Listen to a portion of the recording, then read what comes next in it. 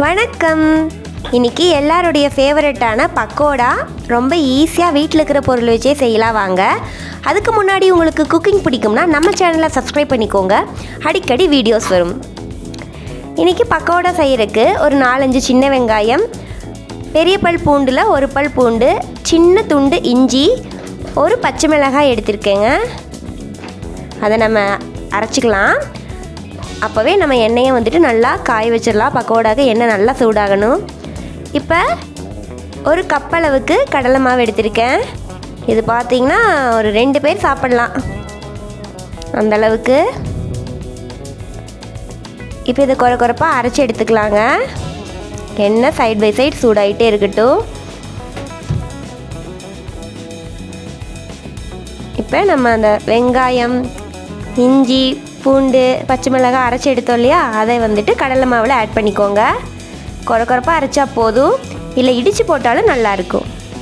இப்போ அது கூடயே முந்திரி பருப்பு, ஒரு 5-6 முந்திரி பருப்பு, ஒரு 10 வேர்க்கடலை, ஒரே ஒரு டேபிள் ஸ்பூன் அளவுக்கு பொட்டுக்கடலை ஆட் பண்ணிக்கோங்க. எல்லாமே பச்சைதான். தேவையான அளவு உப்பு ஆட் பண்ணிக்கலாம். உப்பு கூடவே கொஞ்சமாக பெருங்காயம் ஆட் பண்ணிக்கலாங்க. கூட கறிவேப்பிலை கொஞ்சமாக.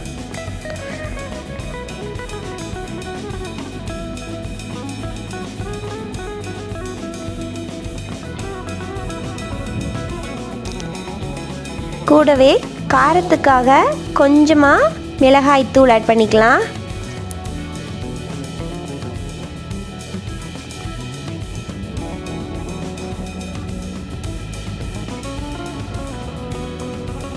சோம்பு ஒரு 1/2 டீஸ்பூன் ஆட் பண்ணிக்கலாம்.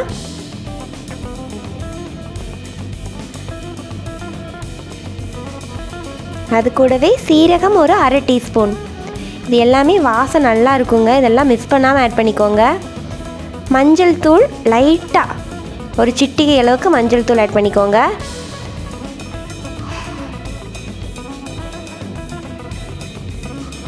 கொஞ்சமாக பேக்கிங் சோடா உப்பு ஒரு பிஞ்ச் அளவு ஆட் பண்ணிக்கலாம். கூட மொறுமொறுப்புக்காக அரிசி மாவு ஒரு 2 டேபிள் ஸ்பூன் ஆட் பண்ணிக்கலாங்க. இந்த பொருட்கள் எல்லாமே வந்துட்டு வீட்டில் இருந்துச்சுன்னா நம்ம டக்குன்னு ஒரு 5 நிமிஷத்தில் பக்கோடா பண்ணிடலாம். இப்போ தண்ணி ஊற்றாமல் ஃபஸ்ட்டு லைட்டாக மிக்ஸ் பண்ணி விட்டுருங்க. ட்ரை ஐட்டம்ஸ் எல்லாம் நல்லா மிக்ஸ் ஆனதுக்கப்புறமா காய வச்ச எண்ணெயிலிருந்து ஒரு 2 டீஸ்பூன் அளவுக்கு எண்ணெய் எடுத்துகிட்டு அந்த மிக்சரில் நம்ம போட்டுக்கலாம். அப்போ இன்னும் நமக்கு மொறுமொறுப்பாக கிடைக்கும் பக்கோடா. நான் இன்க்ரீடியன்ட்ஸ் எல்லாமே ஒவ்வொரு வீடியோக்குமே டிஸ்கிரிப்ஷன் பாக்ஸில் கொடுத்துருப்பேன், ஸோ செக் பண்ணிக்கோங்க. இப்போ தண்ணி லைட்டாக தெளிச்சிட்டு விடவே கொஞ்சம் கெட்டியான கன்சிஸ்டன்சியில் நம்ம பிசைஞ்சு எடுத்துக்கலாம். பக்கோடா கெட்டியாக இருந்தாச்சா நல்லாயிருக்கும்.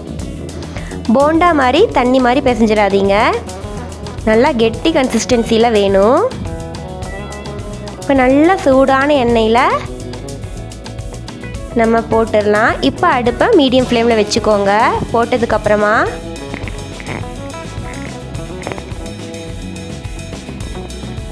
இப்போ ஒரு நிமிஷம் வெயிட் பண்ணிவிட்டு நம்ம மிக்ஸ் பண்ணி விட்டுக்கலாம். போட்ட உடனே மிக்ஸ் பண்ணிட வேண்டாம்.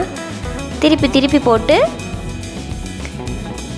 நல்லா ப்ரௌனிஷ் ஆக வரைக்கும் விட்டு எடுத்துக்கோங்க.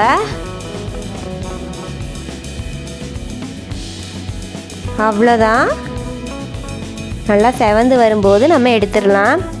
சில பேருக்கு நல்லா ப்ரௌனிஷ் ஆகாமல் ஓரளவு டார்க் எல்லோவாக இருந்தால் பிடிக்கும். ஸோ அந்த கன்சிஸ்டன்சியில் கூட நம்ம எடுத்துக்கலாம்.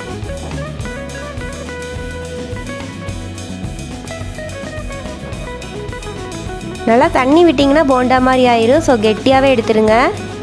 இப்போ டேஸ்ட் பண்ணி பார்க்கலாம். உள்ளே எல்லாம் வெந்திருக்கணும். பக்கோடா ரெடி ஆகிடுச்சு. டீ கூட நல்ல ஸ்நாக்ஸ். இதே மாதிரி செஞ்சு பாருங்கள். இந்த வீடியோ உங்களுக்கு பிடிச்சிருந்தா லைக் பண்ணுங்கள், சப்ஸ்கிரைப் பண்ணுங்கள், நோட்டிஃபிகேஷன் பட்டன் ஆன் பண்ணிக்கோங்க. நம்ம சேனலில் மற்ற வீடியோஸையும் பாருங்கள். தேங்க்யூ.